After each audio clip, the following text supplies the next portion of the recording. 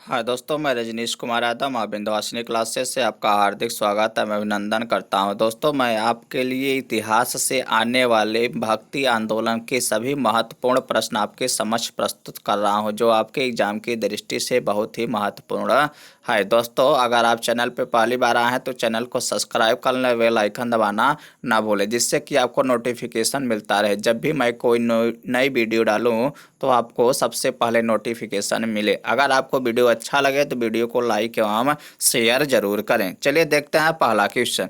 पहला क्वेश्चन है हमारा कि सूची 1 को सूची 2 के साथ सुमेलित कीजिए। सूची 1 को सूची 2 के साथ सुमेलित कीजिए। तो क्या करना है, हमें एक तरफ आचार्य दिया है और एक तरफ उनकी मत या विचारधाराएं दी गई हैं। चलिए देखते हैं, मिलाते हैं। तो क्या हो जाएगा, रामानुजाचार्य। जो रामानुजाचार्य थे वह किससे संबंधित थे? तो वह संबंधित थे विशिष्टाद्वैत से। किससे? विशिष्टाद्वैत से। निम्बार्काचार्य किससे संबंधित थे? तो वह थे आपके द्वैताद्वैत या भेद से। अगला है मध्व आचार्य। कौन? मध्व आचार्य किससे संबंधित है? यह संबंधित है द्वैत विचारधारा से।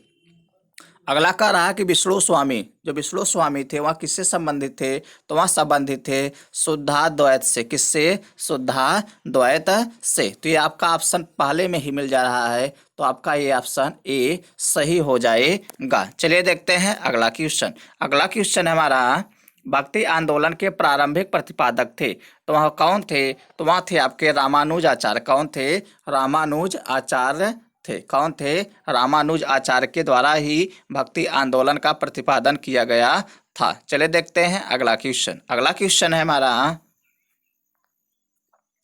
पंजाब में भक्ति आंदोलन के अग्रदूत थे। तो जो पंजाब में भक्ति आंदोलन के अग्रदूत थे वहाँ कौन थे? तो वहाँ थे आपके गुरु नानक देव। कौन थे? गुरु नानक देव। इन्हीं के द्वारा ही सिख धर्म की स्थापना की गई थी। चलिए देखते हैं अगला क्वेश्चन। अगला क्वेश्चन कर रहा है, भक्ति आंदोलन को दक्षिण भारत से लाकर उत्तर भारत तक प्रचारित करने का श्रेय किसे दिया जाता है? तो यह दिया जाता है रामानंद को। किसको दिया जाता है? रामानंद जी ने भक्ति आंदोलन को दक्षिण भारत से ला करके उत्तर भारत में प्रचार किए थे, या उनके द्वारा प्रचारित किया गया था। चलिए देखते हैं अगला क्वेश्चन। अगला क्वेश्चन है हमारा, महाराष्ट्र में भक्ति संप्रदाय निम्नलिखित में से किसकी शिक्षाओं द्वारा फैला था? तो किसकी शिक्षाओं द्वारा फैला था? तो यह फैला था संत ज्ञानेश्वर के। किसकी? संत ज्ञानेश्वर द्वारा महाराष्ट्र में भक्ति संप्रदाय फैला था।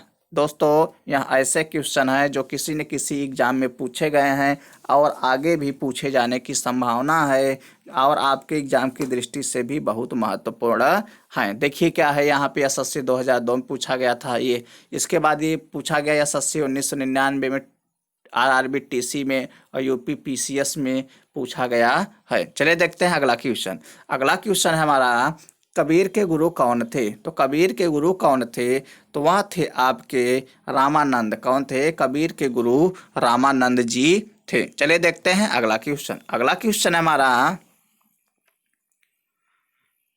संत कबीर का जन्म कहाँ हुआ था? तो संत कबीर का जन्म कहाँ हुआ था? यह हुआ था मगहर वाराणसी में। कहाँ पर? ये मगहर वाराणसी में हुआ था। चलिए देखते हैं अगला क्वेश्चन। अगला क्वेश्चन हमारा, कि निम्नलिखित में से कौन सा से वाक्य दक्षिण भारत के भक्ति आंदोलन के संदर्भ में सत्य है? तो कौन कौन सत्य है? तो यह आपका सत्य देखना है। तो यह सत्य है कि इसका नेतृत्व कई लोकप्रिय संतों द्वारा किया गया था। सही बात है। अब इसके बाद इसके समर्थक संस्कृत में बोलते हम लिखते थे, ये गलत बात है। ये गलत बात है। इसने जाति व्यवस्था का विरोध किया था। ये सही बात है।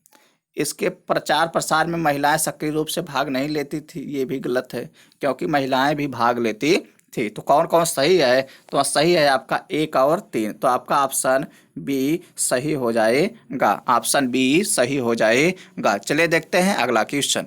अगला क्वेश्चन हमारा, चैतन्य महाप्रभु किस संप्रदाय से जुड़े थे? जो चैतन्य महाप्रभु थे उनका जो संप्रदाय था वह कौन सा संप्रदाय था? तो वह संप्रदाय था गौड़ीय संप्रदाय। कौन सा संप्रदाय? गौड़ीय संप्रदाय था। चलिए देखते हैं अगला क्वेश्चन। अगला क्वेश्चन हमारा, पुष्टि मार्ग के दर्शन की स्थापना किसने की? जो पुष्टि मार्ग था उसके दर्शन की स्थापना किसके द्वारा किया गया? तो यह किया गया था वल्लभाचार्य द्वारा। किसके द्वारा? वल्लभाचार्य द्वारा किया गया था। चलिए देखते हैं अगला क्वेश्चन।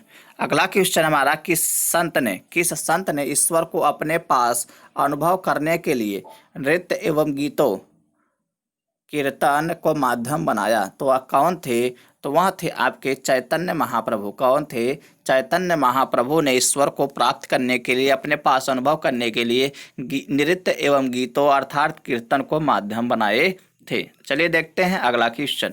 अगला क्वेश्चन हमारा कि अद्वैतवाद के सिद्धांत के प्रतिपादक कौन थे? तो जो अद्वैतवाद सिद्धांत था उसके प्रतिपादक कौन थे? तो वह थे शंकराचार्य। कौन थे? शंकराचार्य। चलिए देखते हैं अगला क्वेश्चन। अगला क्वेश्चन हमारा, निम्न संतों का काल क्रमानुसार व्यवस्थित कर कूट में उत्तर दें। तो वह क्या हो जाएगा? वह हो जाएगा आपका पहले कबीर, इसके बाद नानक, इसके बाद चैतन्य महाप्रभु, इसके बाद तुलसीदास। तो यह आपका ऑप्शन ए सही हो जाएगा। क्या हो जाएगा?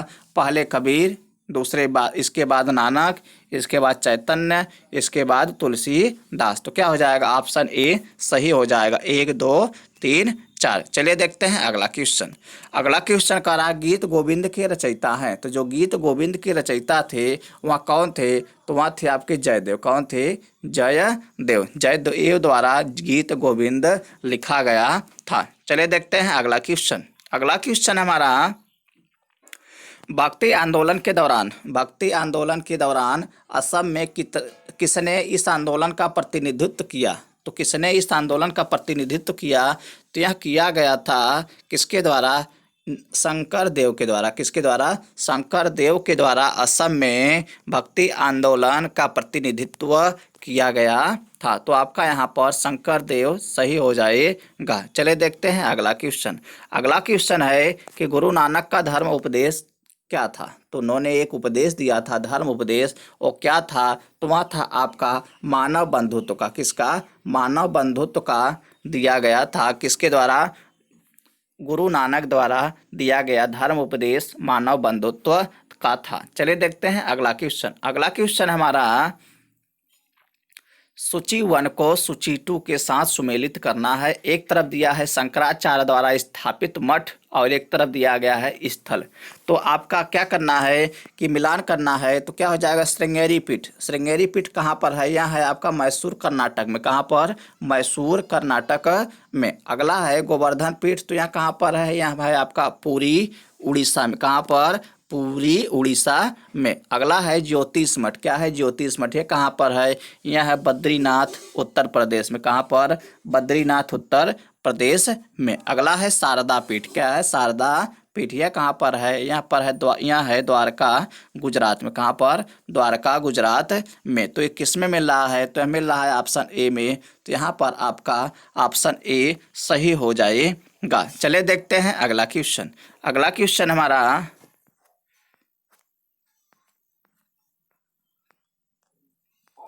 अगला क्वेश्चन है हमारा, सूची 1 को सूची 2 के साथ सुमेलित कीजिए। एक तरफ दिया है संतों के नाम और इसके बाद दिया है संतों के कार्य क्षेत्र। एक तरफ दिया है संतों के नाम और इसके बाद दिया है संतों का कार्य क्षेत्र। तो क्या हो जाएगा? वल्लभाचार्य कहाँ से संबंधित है? किस क्षेत्र से? तो यह संबंधित है उत्तर प्रदेश राजस्थान से। किससे? उत्तर प्रदेश राजस्थान से संबंधित कौन है? वल्लभाचार्य। इसके बाद है चैतन्य महाप्रभु। तो चैतन्य महाप्रभु कहाँ से संबंधित हैं? तो यह संबंधित है बंगाल से। इसके बाद है मीराबाई। तो मीराबाई कहाँ से संबंधित हैं? तो यह संबंधित है राजस्थान से। अगला है नामदेव। तो नामदेव कहाँ संबंधित हैं? यह संबंधित है महाराष्ट्र से। तो कहाँ मिल रहा है ऑप्शन? ऑप्शन ए मिल रहा है आपका। तो ऑप्शन ए आपका सही हो जाएगा। चलिए देखते हैं अगला क्वेश्चन। अगला क्वेश्चन हमारा, निम्नलिखित में से किस भाषा को लोकप्रिय बनाने में कवि चंडीदास का योगदान है? तो किस भाषा को लोकप्रिय बनाने में कवि चंडीदास का योगदान है? तो वह भाषा है आपका बंगाली। कौन सी भाषा? बंगाली भाषा को लोकप्रिय बनाने में कवि चंडीदास का बहुत महत्वपूर्ण योगदान है। चलिए देखते हैं अगला क्वेश्चन। अगला क्वेश्चन कह रहा है कि सूची 1 को सूची 2 के साथ सुमेलित कीजिए। और सूचियों के नीचे दिए गए कूट का प्रयोग करते हुए सही उत्तर चुनिए। तब एक तरफ दिया है आपका संत कवि और दूसरी तरफ दिया गया है उनकी रचनाओं की भाषा। तो चले मिलाते हैं, तो क्या हो जाएगा, मीराबाई की जो भाषा थी वहाँ क्या थी, हिंदी थी। त्यागराज की भाषा क्या थी, यह तेलुगु थी। इसके बाद चंडीदास की भाषा क्या थी, यह थी कन्नड़। इसके बाद है पुरंदरदास, तो बच गया पुरंदरदास, क्या हो जाएंगे, बंगला भाषा के कवि थे। तो किस में मिल रहा है आपका, ये ऑप्शन मिल रहा है आपका, ऑप्शन ए सही हो जाएगा। तो आपका ऑप्शन ए सही हो जाएगा। चलिए देखते हैं अगला क्वेश्चन।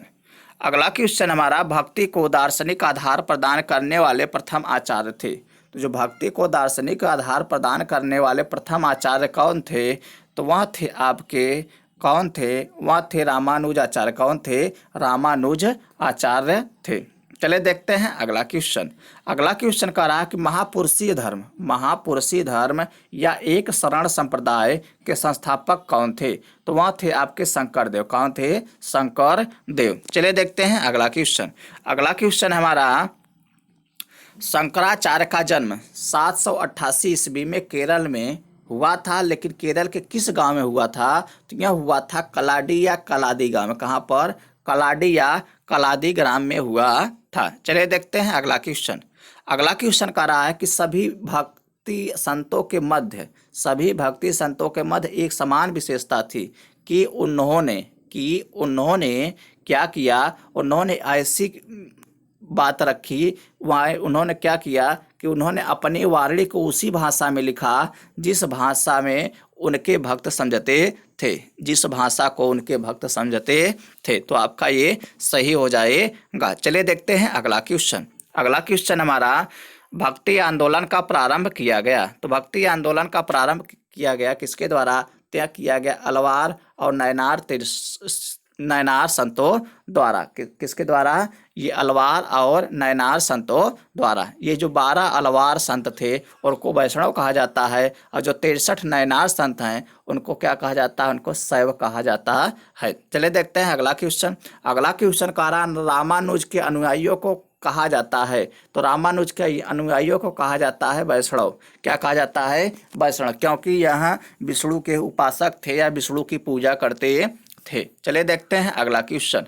अगला क्वेश्चन हमारा, आदि शंकर जो बाद में शंकराचार्य बने उनका जन्म हुआ था। तो जो आदि शंकर हैं उनका मूल नाम आदि शंकर, लेकिन बाद में क्या बन गए, शंकराचार्य। उनका जन्म हुआ था तो कहाँ हुआ था, यह हुआ था केरल में। कहाँ पर हुआ था, केरल में हुआ था। केरल के किस गांव में, तो यह हुआ था कलादी गांव या कलाडी गांव में हुआ था। अगला क्वेश्चन। अगला क्वेश्चन कह रहा है कि बीजक का रचयिता कौन है। तो बीजक के रचयिता कौन है, यह है कबीर। कौन, कबीर। कबीर दास ने बीजक की रचना की थी। चलिए देखते हैं अगला क्वेश्चन। अगला क्वेश्चन कह रहा है हमारा कि भक्ति रस कवित्री, जो भक्ति रस कवित्री मीराबाई थी वह क्या थी, वह एक कुलीन नारी जिसने कभी विवाह नहीं किया। नहीं, ऐसी बात नहीं, मीराबाई का विवाह हुआ था। अगला कह रहा है गुजराती शाही परिवार से संबंधित थी, जिनका विवाह राजपूत से हुआ था। उनका विवाह राजपूत से जरूर हुआ था, लेकिन ये गुजराती शाही परिवार से संबंधित नहीं थी। सी कह रहा है मध्य प्रदेश के एक पुजारी की पुत्री थी। नहीं, ये पुजारी की पुत्री नहीं थी। डी कह रहा है एक राजपूत शासक की पत्नी थी। हाँ, तो ये आपका सही हो जाएगा। ये क्या थी, मीराबाई एक राजपूत शासक की पत्नी थी। चलिए देखते हैं अगला क्वेश्चन। अगला क्वेश्चन हमारा, प्रसिद्ध भक्त कवित्री मीराबाई के पति का नाम था। जो प्रसिद्ध भक्त कवित्री मीराबाई थी उनके पति का क्या नाम था, तो वह नाम था राजकुमार भोजराज। क्या नाम था, राजकुमार भोजराज नाम था। ये देखिए क्वेश्चन आया है RAS RTS में 1998 RAS RTS में क्वेश्चन पूछे गया है। चलिए देखते हैं अगला क्वेश्चन। अगला क्वेश्चन हमारा, बुद्ध और मीराबाई के जीवन दर्शन में मुख्य साम्य था। तो वहाँ क्या था, वह था आपका क्या साम्य था, तो साम्य था संसार दुखपूर्ण है। क्या था, बुद्ध ने क्या किया है कि यह संसार दुखों से भरा हुआ है, इसलिए उन्होंने क्या किया, भक्ति मार्ग को अपनाया। और मीराबाई भी ने ये क्या कि ये संसार क्या है, दुख पूर्ण है। चलिए देखते हैं अगला क्वेश्चन। अगला क्वेश्चन हमारा, ब्रह्मा सत्य है, ब्रह्मा सत्य है और जगत मिथ्या, भ्रम या माया है, यह किसकी युक्ति है? तो यह किसकी युक्ति है? तो यह युक्ति है शंकराचार्य की। किसकी युक्ति है? शंकराचार्य ने कहा कि ब्रह्मा ही सत्य है और जगत मिथ्या। जगत मिथ्या मतलब झूठा होता है, भ्रम या माया है। यह युक्ति किसकी है? तो यह है आपका शंकराचार्य की। चलिए देखते हैं अगला क्वेश्चन। अगला क्वेश्चन हमारा, निम्नलिखित में से किसे कुछ विचारकों ने प्रच्छन्न बौद्ध की संज्ञा दी है? तो प्रच्छन्न बौद्ध किसे कहा जाता है? तो यह कहा जाता है शंकराचार्य को। शंकराचार्य को प्रच्छन्न बौद्ध कहा जाता है।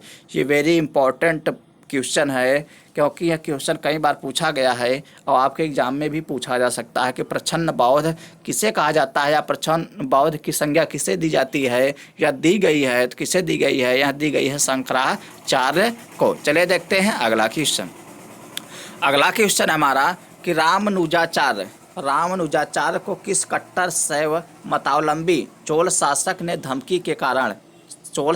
धमकी के कारण तिरुचिरापल्ली छोड़कर मैसूर जाना पड़ा? तो वहाँ ऐसा कौन सा शासक था जिसने रामानुजाचार्य को धमकी दिया और वह क्या किए? तिरुचिरापल्ली छोड़कर मैसूर चले गए।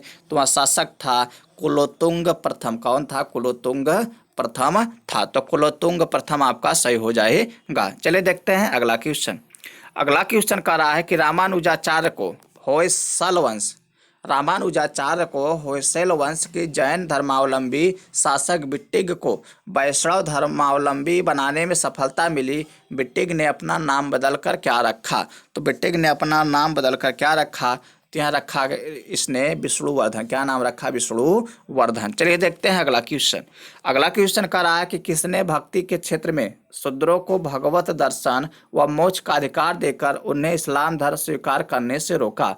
तो वह कौन थे? ऐसा महत्वपूर्ण काम, महान काम किसके द्वारा किया गया? तो यह किया गया था रामानुजाचार्य द्वारा। किसके द्वारा? रामानुजाचार्य ने शूद्रों को भगवत दर्शन व मोक्ष का अधिकार दे करके इस्लाम धर्म स्वीकार करने से रोके थे। चलिए देखते हैं अगला क्वेश्चन। अगला क्वेश्चन है हमारा, दक्षिण भारत का वह संत कौन था जिसने अपना अधिकांश जीवन उत्तर भारत में वृंदावन में बिताया? कहाँ पर? उत्तर भारत में वृंदावन में बिताया। तो वह बिताया गया था निम्बार्क आचार्य द्वारा। किसके द्वारा? निम्बार्क आचार्य ने ये थे दक्षिण भारत के, लेकिन उत्तर भारत में आकर के वृंदावन में अपने जीवन को बहुत दिनों तक बिताए। चलिए देखते हैं अगला क्वेश्चन। अगला क्वेश्चन है, महाराष्ट्र में विठोबा या विट्ठल विष्णु का एक नाम आंदोलन का केंद्र था। तो यह कौन था? तो यह था आपका पंढरपुर। क्या हो जाएगा? पंढरपुर। जो पंढरपुर है यह किससे संबंधित है? ये विठोबा या विट्ठलनाथ मंदिर से संबंधित है। यह कौन है? यह विष्णु का एक नाम है। क्या है? एक नाम। चलिए देखते हैं अगला क्वेश्चन। अगला क्वेश्चन हमारा, किसने भगवत गीता पर भावार्थ दीपिका नाम से एक बृहत टीका मराठी में लिखे, जिसे सामान्यतः ज्ञानेश्वरी के नाम से जाना जाता है? तो यह कौन है? यह जाना जाता है ज्ञानदेव को। किसको? ज्ञानदेव ने लिखा था। चलिए देखते हैं अगला क्वेश्चन। अगला क्वेश्चन हमारा, यदि संस्कृत देव भाषा है तो क्या मेरी मातृभाषा मराठी दस्यु भाषा है? यह युक्ति किसकी है? तो यह किसके द्वारा कहा गया था? यह कहा गया था एकनाथ द्वारा। किसके द्वारा? एकनाथ द्वारा। एकनाथ ने कहा कि यदि संस्कृत देव भाषा है तो मराठी मेरी मातृभाषा है। चलिए देखते हैं अगला क्वेश्चन। अगला क्वेश्चन का रहा, भक्त तुकाराम कौन से मुगल सम्राट के समकालीन थे? तो जो भक्त तुकाराम थे ये किस मुगल सम्राट के समकालीन थे? तो यहाँ रहते थे जहांगीर के दरबार में। किसके? जहांगीर के समकालीन थे। चलिए देखते हैं अगला क्वेश्चन। अगला क्वेश्चन हमारा, निम्नलिखित में से कौन सा एक सही कालानुक्रम है? तो वह कौन सा एक सही कालानुक्रम है? समय के अनुसार कौन सा सही है? तो वह है आपका ऑप्शन ए। क्या हो जाएगा? Option A. पहले शंकराचार्य, इसके बाद रामानुज, इसके बाद चैतन्य महाप्रभु। पहले कौन? शंकराचार्य, इसके बाद रामानुज, इसके बाद चैतन्य महाप्रभु। चलिए देखते हैं अगला क्वेश्चन। अगला क्वेश्चन हमारा, निम्नलिखित में किस भक्ति संत ने अपने संदेश के प्रचार के लिए सबसे पहले हिंदी का प्रयोग किया? तो किसके द्वारा किया गया था? तो यह किया गया था रामानंद के द्वारा। किसके द्वारा? रामानंद के द्वारा हिंदी का प्रयोग किया गया था। चलिए देखते हैं अगला क्वेश्चन। अगला क्वेश्चन कह रहा है कि सूची 1 को सूची 2 के साथ सुमेलित कीजिए और सूचियों के नीचे दिए गए कूट का प्रयोग करते हुए सही उत्तर चुनिए। एक तरफ दिया है संत, एक तरफ दिया है पेशा या व्यवसाय। पेशा या व्यवसाय, ये संत होते हुए भी कुछ व्यवसाय किया करते थे। चलिए देखते हैं। तो क्या हो जाएगा हमारा, ये मिला लेते हैं। तो मिलाते हैं तो क्या हो जाएगा, ये आपका हो जाएगा नामदेव। नामदेव, तो नामदेव क्या थे? तो जो नामदेव थे यह थे आपके दर्जी। क्या थे? नामदेव दर्जी थे। और कबीर क्या थे? कबीर थे जुलाहा। और रैदास क्या थे? यह थे मोची। और सेना क्या थे? यह थे नाई। तो नामदेव ए मिल रहा है 3 नंबर। तो 3 नंबर किस में है? बी और सी में। फिर बी मिल रहा है 2 नंबर, तो किस में है? बी और सी में। सी मिल रहा है 4 नंबर, तो किस में है? बी में। और इसके बाद डी मिल रहा है 1 नंबर। तो क्या हो जाएगा आपका? ऑप्शन बी सही हो जाएगा। चलिए देखते हैं अगला क्वेश्चन। अगला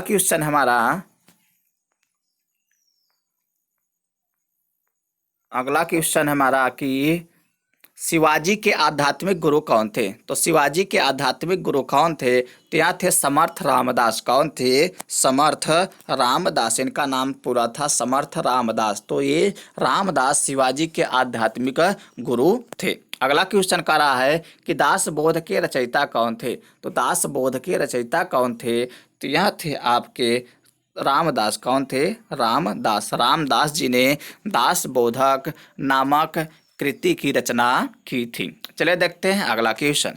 अगला क्वेश्चन कह रहा है कि जाति पाति पूछे नहीं कोई, हरि का भजय सो हरि का होई। जाति पाति पूछे नहीं कोई, हरि का भजय सो हरि का होई। ये पंक्तियाँ किसकी है? तो यह किसके द्वारा कहा गया था? यह कहा गया था रामानंद द्वारा। किसके द्वारा? रामानंद ने कहा था जाति पाति पूछे नहीं कोई, हरि का भजय सो हरि का होई। चलिए देखते हैं अगला क्वेश्चन। अगला क्वेश्चन कह रहा है गुरु नानक का जन्म। गुरु नानक का जन्म 1469 ईस्वी में कहाँ पर हुआ था? तो यह 1469 ईस्वी में कहाँ पर हुआ था? तो यह हुआ था तलवंडी ननकाना में। तलवंडी ननकाना में गुरु नानक साहब का जन्म हुआ था। दोस्तों अगर वीडियो आपको अच्छा लग रहा हो तो वीडियो को लाइक एवं शेयर जरूर करें। अगर आप चैनल पे पहली बार आए हैं तो चैनल को सब्सक्राइब कर लें और बेल आइकन दबाना न भूलें। चलिए देखते हैं अगला क्वेश्चन। अगला क्वेश्चन हमारा सिख धर्म का संस्थापक किसे माना जाता है? तो किसे माना जाता है? यह माना जाता है गुरु नानक देव को। किसको? गुरु नानक देव को सिख धर्म का संस्थापक माना जाता है।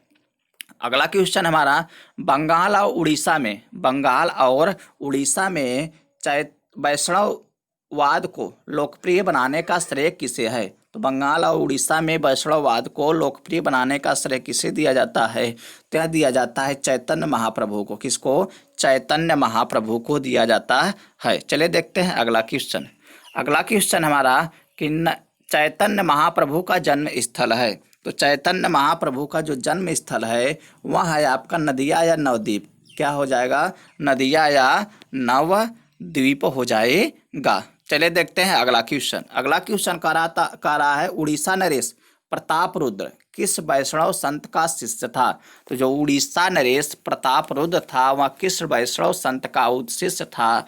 तो वह था आपका चैतन्य महाप्रभु का। किसका? चैतन्य महाप्रभु का। चैतन्य महाप्रभु किस संत से संबंधित थे? ये थे आपके वैष्णव संत। चलिए देखते हैं अगला क्वेश्चन। अगला क्वेश्चन हमारा निम्नलिखित में से किसे गौरांग प्रभु भी कहा जाता है? तो वहाँ ऐसे कौन है जिनको गौरांग प्रभु कहा जाता है? तो यह कहा जाता है चैतन्य महाप्रभु को। किसको? चैतन्य महाप्रभु को गौरांग प्रभु भी कहा जाता है। चलिए देखते हैं अगला क्वेश्चन। अगला क्वेश्चन है कि सुमेलित कीजिए। सूची 1 में रचना दिया है, सूची 2 में रचना कार्य। चलिए देखते हैं पहला क्वेश्चन।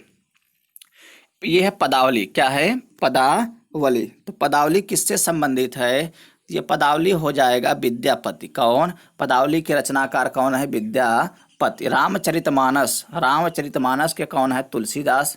सूरसागर, सूरदास। बीजक, कबीरदास। तो मिला लेते हैं। एक का ए किस में है? ए में, बी में और डी में। तो क्या हो जाएगा? सी वाला गलत हो जाएगा। अब बी दिया है रामचरितमानस, तो बी किस में है? 3। बी 3 से मिल रहा है, तो बी में 3 कहाँ कहाँ पर है? तो बी में 3 कहीं पर नहीं है, तो सिर्फ बी में है। कहाँ पर? बी में। तो आपका ऑप्शन बी यहीं पर सही हो जाएगा। चलिए देखते हैं अगला क्वेश्चन। अगला क्वेश्चन हमारा, आलसियों का मूल मंत्र। अजगर करे न चाकरी, पक्षी करे न काम।